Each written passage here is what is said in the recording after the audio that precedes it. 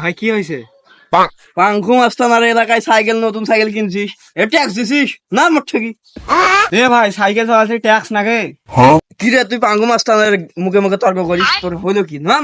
এ ভাই কি হয়েছে? এ ভাই কি হয়েছে? আসছে সাইকেল মোট।